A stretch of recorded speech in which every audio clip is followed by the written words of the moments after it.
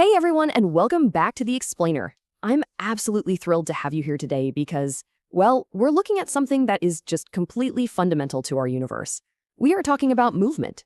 I mean, literally everything around us is in motion, right? From the absolute tiniest particles to the massive celestial bodies hanging overhead. But how do we actually talk about that movement in a structured, scientific way?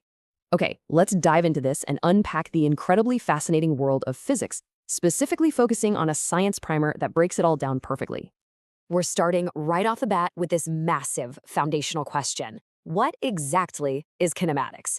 It's a word that sounds, highly technical, maybe even a little intimidating if you haven't taken a physics class in a while, but it's actually one of the most intuitive concepts you engage with every single day of your life.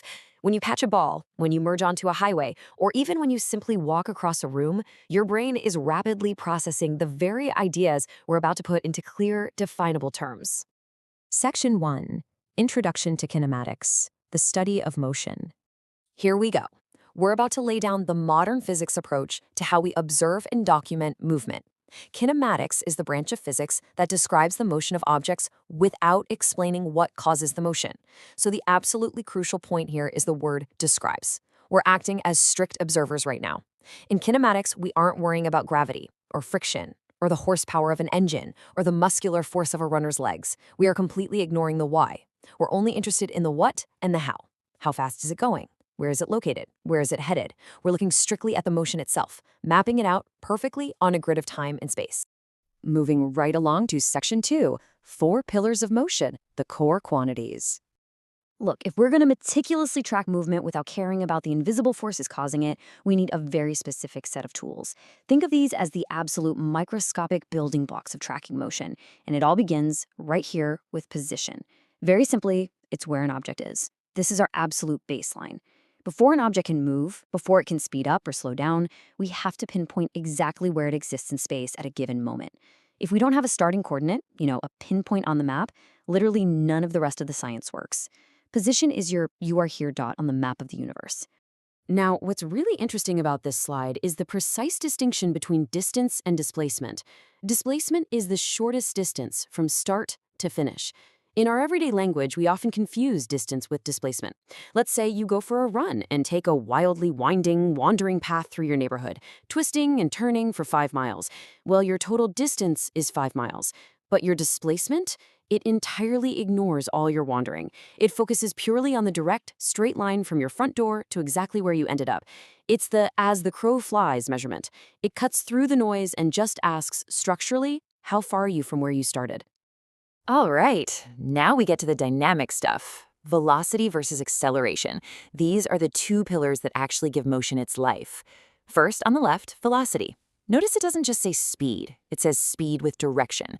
60 kilometers per hour is a speed, but 60 kilometers per hour heading north? That is a velocity. It gives us both the intensity of the movement and the heading. Then, on the right, we have acceleration, which is the rate at which that velocity shifts or changes over time. If velocity is your current status, acceleration is how rapidly that status is updating. Section 3, acceleration in action, the car example. To really anchor these abstract concepts into reality, let's take these definitions right out of the textbook and put them directly on the pavement. Let's walk through this step by step. Step 1, you're driving and your car is traveling at 20 kilometers per hour. That is your initial velocity. Step 2, you press your foot on the gas pedal and the car speeds up. You know that feeling, right? You feel yourself getting pressed back into your seat just a little bit. That sensation, that is acceleration happening in real time.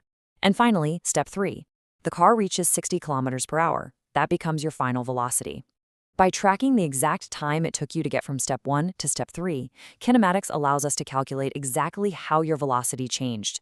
It makes the math of your everyday commute incredibly intuitive. And this brilliantly illustrates the binary nature of acceleration.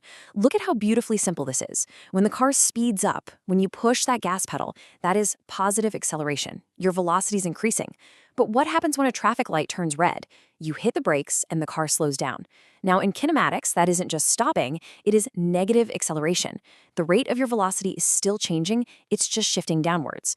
Positive to speed up, negative to slow down. It's a perfect, totally logical sliding scale.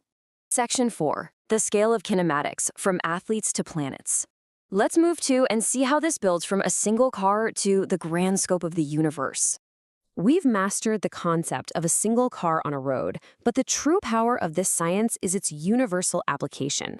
The exact same four pillars, position, displacement, velocity, and acceleration, govern all of this. They map the cars moving on our roads, they track airplanes roaring in flight across the sky. They are exactly how we measured the explosive power of athletes sprinting on a track, allowing us to clock world records with literal pinpoint accuracy. But hey, it doesn't stop at the atmosphere. These identical concepts scale up to rockets launching into space. The math that dictates a runner pushing off the starting blocks is the exact same math used to calculate a rocket breaking free of Earth's atmosphere, and it scales all the way up to massive planets orbiting the sun. Consider this massive concept for a second. Kinematics helps us understand the motion of even planets. Just pause and think about the sheer scale of that. The Earth is hurtling through space, traveling in an orbit around the sun. It has a position. Over a year, it has displacement. It maintains a staggering velocity, and as its direction constantly shifts in orbit, it's constantly undergoing acceleration. The entire cosmos is dancing to this exact same 4-beat rhythm of kinematics. Which brings us to this final, ultimate thought to leave you with today. If kinematics explains the motion of the planets, how is your own position and displacement changing in the universe right now? Because even as you sit there, seemingly perfectly still, watching this explainer, you are rotating with the Earth, you're orbiting the sun, you are part of a solar system that is hurtling through the Milky Way galaxy. You are in constant dynamic motion. Your velocity and your acceleration are part of the grand mathematics of the cosmos. Embracing smart learning, breaking down the world into these accessible, fascinating concepts like we've done today, is exactly how we begin to decode the unbelievable universe we live in. So until next time, keep questioning your position in space, keep accelerating your mind, and I'll see you in the next explainer.